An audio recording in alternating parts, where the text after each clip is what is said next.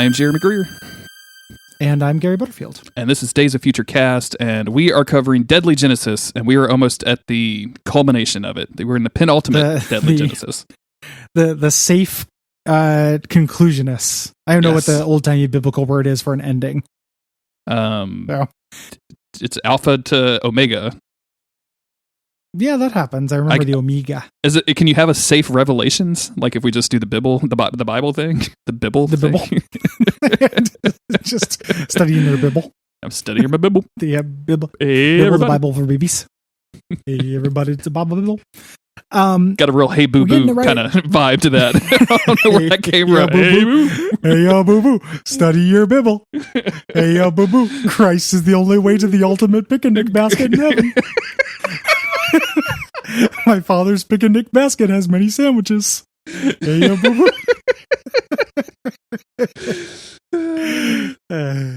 That's what a dumbass fucking cartoon, dude. Why does that stuck in my memory? So stupid.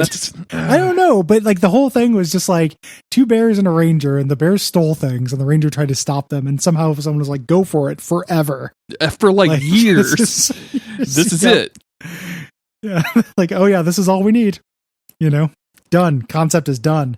There's a big like dumb bear, and then there who says he's smart, and there's a little bear who's actually smart. Who the big bear says is dumb. Whoa. The little bear is smart? Yes. You got me. You fucking got me. Slow down. Yeah, I thought that big bears were smarter bears. And the bigger their brains got, the angrier and smarter they got. But no. Not in this pitch, sir. Not in this pitch. Not in this pitch. So we're doing Deadly Genesis here. We are learning about the third Summers brother. Everyone's having visions.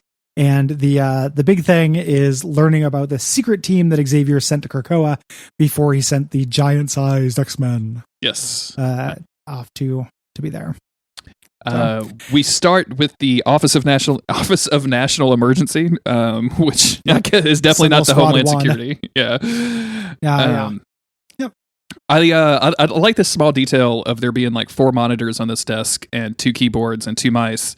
And then also she's got a wireless keyboard like in her lap. Like, I don't know why, but that just really cracks me up. Like, I'm going to move 6 feet away from the screen and control it with my wireless keyboard. I don't know why it's very funny. I love it when I've been shopping for a new desk, and all the pictures, like, I guess a lot of people put up a desktop and a laptop on the same desk.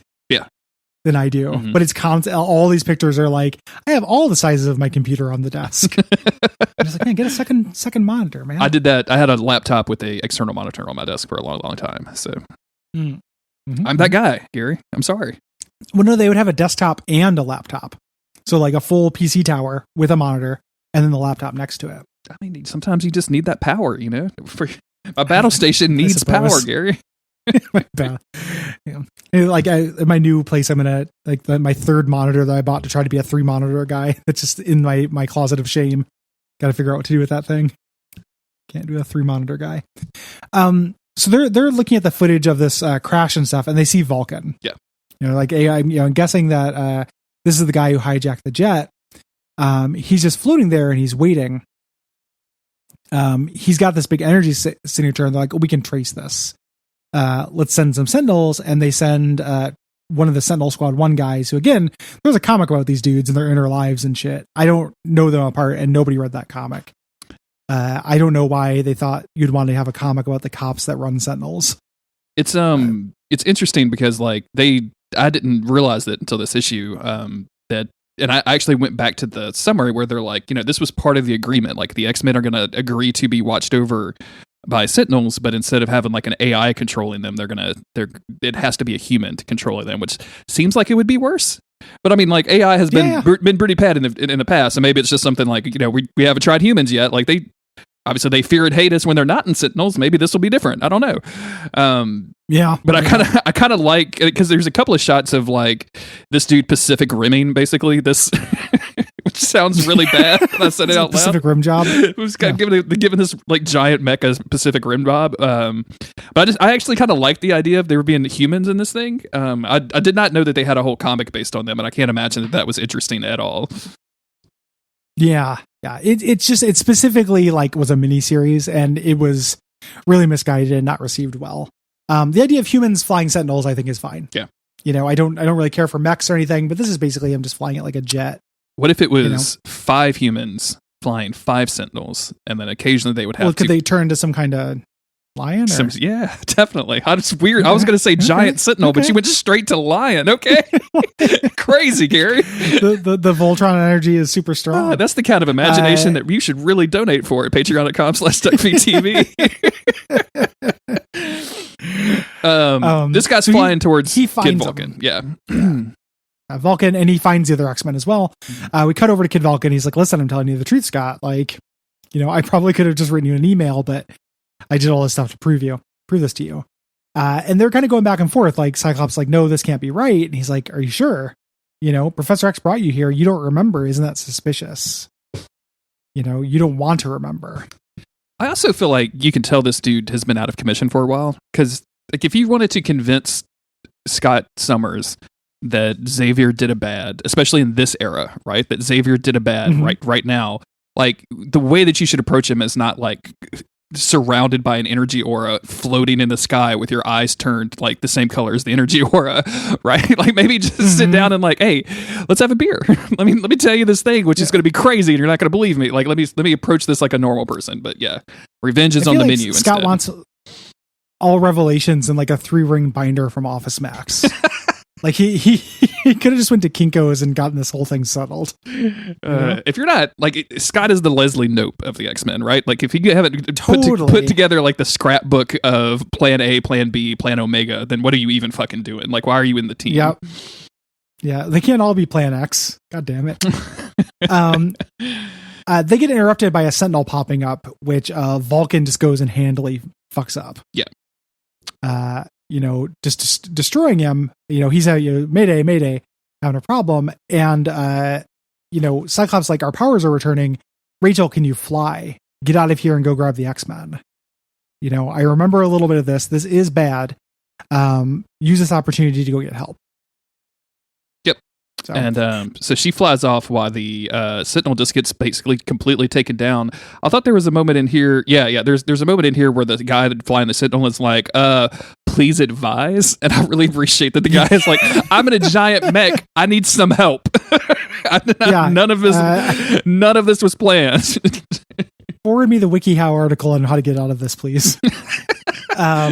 Please remove the images. Those guys creep me the fuck out. Cyclops is like, what have you done? There's been a man inside that thing. And Vulcan's like, basically, full villain, like his mistake. The guy comes out with his Uzi and Vulcan just fries him. Yep. So he dies. And this sets Cyclops off. They start wrestling and fighting. And Vulcan says, do you honestly think that I let Rachel escaped on her own? I let her escape because now Xavier's going to find us. Like, you guys don't know where he's at. He's going to find us now. And we switch over to Wales, Great Britain, where a man shrouded in shadow is drinking some booze and watching some TV in this extremely dope bar. Like, I don't know if this is just a house with a bar in it, or if that's the whole bar. This place looks great. This is pubs, dude. I know, like, man. I don't even like drinking anymore. Like, I haven't had a drink since like February. But I keep thinking about pub life. Yeah. Like, I want that Shaun of the Dead ritual. Yeah. Go in there, get a pint, maybe get a plate of food. Like, plate lunches are such a huge thing down here. Like, I just want, let's give me whatever the special is. Like, just give me whatever the daily thing is. And I miss being outside. I miss being like around people. Me and Autumn were both in the same town for work because we still have to work throughout this. And she's like, hey, I've got like 2 hours to kill. Let's go grab some lunch. And I was like, And she's like, oh, wait, it's quarantine times. We don't want to go to a restaurant. I'm like, yeah, it's kind of weird. Like, do you want to go sit? You want to go sit in a parking lot somewhere together? I don't know. This is weird. Yeah. I went into a store to go to the deli inside and get some food. And like, this shit has changed me so much. Like, I was like, I'm uncomfortable. I don't know exactly why I'm uncomfortable.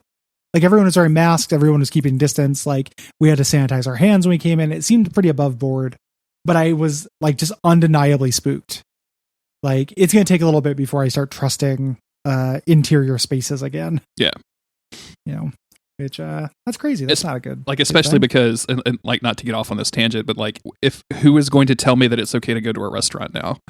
Like, I literally don't trust anybody that would tell me that. Like, Autumn could tell me like it's okay to go to a restaurant. I'd be like, it'd be even okayer in 3 months, right? Like, well, even especially the person who's likely to do it is like Trump's going to be like, hey, elect me. I just got this vaccine. I'm going to give it out at voting booth. At voting booths if you vote for me. And it's like, man, there's a real motivated, reasoning on your behalf. And you're the worst person who's ever lived. So I don't trust you, weirdly enough. Like, if it came from his government, I'm not going to trust it. I'm also not going to trust it from a Biden government if it gets there too. It's just like, it doesn't feel worth it to me. Congratulations, I do not want to get COVID. You have broken me for believing anything that anybody tells me. The secret kill move for COVID, breaking me, was all the news that's coming out about how, like, if you get it, even if you recover, like, it damages your heart and lungs long term. Oh yeah. And I'm like, fuck, I can't even just be like, have a cold for a couple of weeks. If I do, I'm permanently lessened. Oh yeah. And like, as somebody who smoked for a long time in his life, and hasn't done it for years, like, I just think like, oh yeah, like, I'm otherwise a pretty healthy dude, but like, I get this, and then that combined with years of damage to my lung, now I'm probably fucked by the time I'm 60, right? Like, I got a good 20 years left of my life or whatever. So not enough. Xavier this is Xavier in the bar, and he's watching the news report of Vulcan. Mm-hmm. And I like this little bit. He he's like, hey, do you want another one? And he goes, no. He leaves all his money. He's like, keep the change. I probably won't need it. Like, he knows this is a reckoning and this is a big deal. This is also the second time he's told someone to keep the change in this miniseries. So it is true. He's very generous. They're trying to balance the scales. He's really trying to get them car points up. The X-Men are really unpopular with people who don't like to have memory manipulated. Mm-hmm. They're very popular with people in the gig and service economy. Sure, though. Absolutely. Yeah, they're big tippers. Largely due to this miniseries. Yeah, big tippers. Yeah, big tippers. The X-Men... Who do you think's the worst tipper on the X-Men? You know who it is? Warren Worthington. Warren Worthington, definitely. Rich people never... rich people never tip well. Yeah, and he's easily the guy that has like the most opinions about how his steak should be cooked. Absolutely. Like, he sends more food back than like all the X-Men combined, including Emma Frost. Do you think... I know Morph is not really the comic book character, but do you think that Morph has ever pretended to be a bad plate of food for Warren Worthington?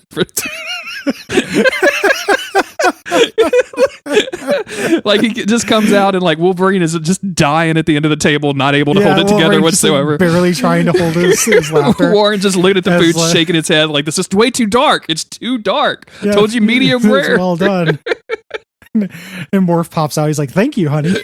I am well done. And then Logan falls off the he's chair. Just dying, dude. He's dead. You've killed Logan. The healing factor doesn't even factor into it anymore. Yep. And then Warren blacklists him. So yeah, then he goes. Warren Worthington goes back to his penthouse and is like, you know what? I'm just out of the X-Men again. See you later. Yeah. Call me when Apocalypse shows up and gives me cool wings. Yeah. You guys fucking suck. All the X-Men are hanging out watching TV. Yeah. Seeing this thing, and they see Scott down there, and Havoc is like, hey, Scott, we gotta go. What are we waiting for? Like, that's Scott. He's getting fought by a villain. We have to go. And everyone else urges caution. Mm-hmm. Like, we're under house arrest. We're in trouble with the government. We can't just do this. Yeah. I think Havoc is wearing a shirt that kind of, number one, he's wearing a t-shirt over a long sleeve t-shirt, which is a very 90s move in my opinion. Pants. With cargo pants. Yeah. Yep. Havoc. Yeah. Bringing it back, dude. Like, he's fashion icon. He came back from a Linkin Park concert. Wait a minute. You guys know where Cyclops is? They're basically saying, like, we can't, even if we went here, they're probably gone, by this point. And Havoc's like, maybe Cyclops left a message. Mm-hmm. They're all basically just ignoring Havoc in this until Kitty Pryde pops in, whose main function in this miniseries is to deliver paperwork. I love it. I filed a report yesterday. I just researched the property. Like, she's basically the human Google in this thing. If anybody on this team knew how to use Google, they just would not need Kitty Pryde. So. Yep. Very, very funny. And she reveals that the place where they're at is the old Moira McTaggart training facility that Charles Xavier and Carl Lykos founded together. Yep. back in the day. And conveniently, Rachel shows up right at the same time to be like, "Hey, I know where he's taking Scott, and I know everything that he's planning." We switch over to Muir Island, where Kid Vulcan not so Kid Vulcan has taken Cyclops to wait for Professor X, and he says, and he also just conveniently informs him that he killed Banshee. Yeah, Cyclops does not like it. Nope. He's like, he went out like a true X-Man. He's like, you fucking killed him. He's like, don't be an idiot. Like, you can't fight me. Don't waste your effort. Like, yes, I killed him. Who cares? I need to create a spectacle. And Cyclops is like, you just kill people. Like, you say you're an X-Man, but this is not X-Man behavior. You just murder people and don't give a shit about it. You could not be my brother. You're too big of a piece of trash. And he gets like sad. Like, he starts getting headaches and stuff. Vulcan's not well. I am your brother. I knew it. I didn't know it before, but Xavier showed me. They called me Gabriel. I was raised as a slave. Like, he's kind of having this flashback, and he's got this like pained look on his face. Yeah. And he tells Scott that like, hey, like, Xavier told me all of this so that when I went to rescue you, he knew what I had at risk. And of course, Scott still doesn't believe this. And then Xavier shows up, and we didn't mention this when he was actually walking out of the bar, but hey, he's walking out of the bar. He doesn't need a wheelchair anymore. Oh yeah. Mm-hmm. Yeah. And this is Cyclops' first question. And he's like, yeah, when the world was remade, my body was as well, which is real weird. Like, taking, we're going to find out soon he's been depowered. Yeah. And the idea that him being depowered also gave him back his walking is very strange. Very weird. The rest of the X-Men show up. The Blackbird comes in with what looks like a sonic boom, which is very funny, and everyone's holding their ears. Mm-hmm. I find that very amusing for some reason. Yep. And of course, Xavier's like, this is not their fault. This is my fault. And the X-Men teleport in and immediately like go on the offensive, and Vulcan just like smacks them back. And like, it's clear that this is not an even match at all, even though we've got a full team of people here. Yep. I like Vulcan's dialogue here where he's like, they didn't do this to you. I did. And he goes, yeah, I'm doing this to hurt you. Yeah. Like it like that exactly, exactly. They were innocent. He zaps them, and Xavier's pleading with them like, hey, take things out on me. He's like, I will. And the X-Men kind of regroup to fight him. And he says like, I'll make you a deal. If you stay right here, I will not break Xavier's neck. And Xavier, you tell them the truth. You tell him what happened. And he starts to tell him, and Vulcan says, no, I want you to show them, like actually show them what happened. And this is where Xavier reveals that he is not a mutant anymore. He can't show them. So yeah, yep. And that's the end of the issue, with everybody being super shocked at Iceman's weird dreadlock ice hair in the background. I mean that Xavier doesn't have his mental powers anymore. I'm sorry. I was just really shocked about the weird Rasta hair that Bobby Drake is affecting in this ice form nowadays. So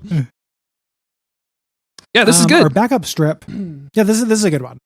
Before we get to the frankly like pointless backup strip of this one, this is cool. And the idea of Xavier being part of, like, he was missing after M Day, and the reason they couldn't find him is because he lost his powers. Like, it's a pretty major character to lose his powers. Previous to this, it was like Skin, Pyro. Like, nobody cared about who lost their powers, but this is a pretty big reveal as well. And that's kind of, what I like about this miniseries is it like paces these kind of big bombs. In retrospect, like reading it in 2020 instead of 2006, I just know how little of this stuff lasted. Yeah. But in the moment, on a moment-to-moment basis, I think it works. And I think that's why when we were talking about stuff we were watching, you proposed this one, or not watch, to do on the podcast, I was like, oh yeah, I remember reading that. Like, I remember, because I was really seeking out self-contained stories. Like, I didn't want to just pop in the middle of like X-Men 473 and then read like 15 issues or whatever. I was looking for like stories that had a beginning and an ending, because that's what was in my, what I was attracted to at the time. So I remember reading this and being like, oh, this is cool. Like, what a cool twist on the origin of Uncanny, and what a neat thing to do with, all this stuff I was really into. Of course, in the grand scheme of things, I think that this doesn't really matter a whole lot. I still think like the twist is kind of neat, but yeah. Yeah. Well, it'd be, there are very few things in the X-Men that mattered for 15 years. Yeah. That's an eternity in terms of like serialized comics fiction. And we talk about that on this show from time to time, because it's, we talked about the wrap up stuff for the Grant Morrison X-Men and how a lot of those threads were not picked up and ran with. I mentioned, I think in the last issue, last episode, how I'd read the Age of X-Man thing. There are no repercussions to that because it immediately just went to Hoxpox. It's the thing that happened right before Hoxpox and Dawn of X. Oh, really? So I'm pretty sure, like, yeah, it's the major crossover, and it was like ended a few months before Hoxpox began. Just like almost immediately did this relaunch. So like, I can't really hold this against it for not mattering because that's a problem with the medium. But it does mean that I like to look at these stories and like to read stories that I can think of as a self-contained story rather than hoping for impact. Yeah. Because if I spend a lot of time hoping for impact, I'm just always going to walk away disappointed. Yeah. And that's kind of my view on comics. I like being disappointed. Especially like the big two mainstream character superhero comics. It's like, I want to dip in and I want to see the stories that, like, I want to see cool stories being told. I'm not really here to care about like what is going to happen to him in 10 or 15 years. So like, this is fun. Yes. This is still good and interesting to me. I had already, and I just read this 5 days ago, had already put this little, I don't know what you call this thing at the end, the little coda. I've just had put this out of my mind because I can't stand the art in this. I don't really particularly care about the story. I don't need to see Emma Frost in lingerie and getting like try to get hit on by weird bouncer dudes with wigs. It's pointless. It's just that Emma Frost was around during that point and that they tried to recruit her and they couldn't. Yeah. And like that's really all this is saying. Well, and he changed her memory, right? Like he changed her memory to not remember the two of them. So, and that like Vulcan steps in basically. So like she saw Vulcan, so he has to erase her memory about it. I guess it just shows the length that he'll go to like Xavier will go to do stuff, and like kind of maybe how out of control Vulcan may have been even then. But it's just like why is Moira McTaggart wearing a fucking corset with her boobs out? Like I realized there might be a dress code, but like, do they really make them wear corsets? It's a very funny dress code. Like, I wonder if it's like how sometimes you can borrow a suit jacket. Yeah. Do they have a house corset? You don't have one. Yeah. Just like everybody uses the house corset. Like you can try on the bowling alley socks, the special socks they'll give you for bowling shoes. Oof. Like, yeah, it's ridiculous. The art's really bad too. It's like inconsistent. Sometimes it looks like Salvador LaRocca, who is not like an artist I like very much anyway. And then other times it just looks absolutely ridiculous. Yeah. So not good is what it looks not like. Good. Super not good. Yeah. If you like the podcast, tell your friends, donate to us at patreon.com/Duckfeed.tv. That is the place to do so. You get cool benefits, get all kinds of cool stuff doing that. Tell your friends, leave reviews, add us on Twitter, at Cole Ross at Plumberduck. If you tell us how much you like X-Men comics and us talking about them, we really appreciate that. And outro slogan. That's about it. Outro slogan.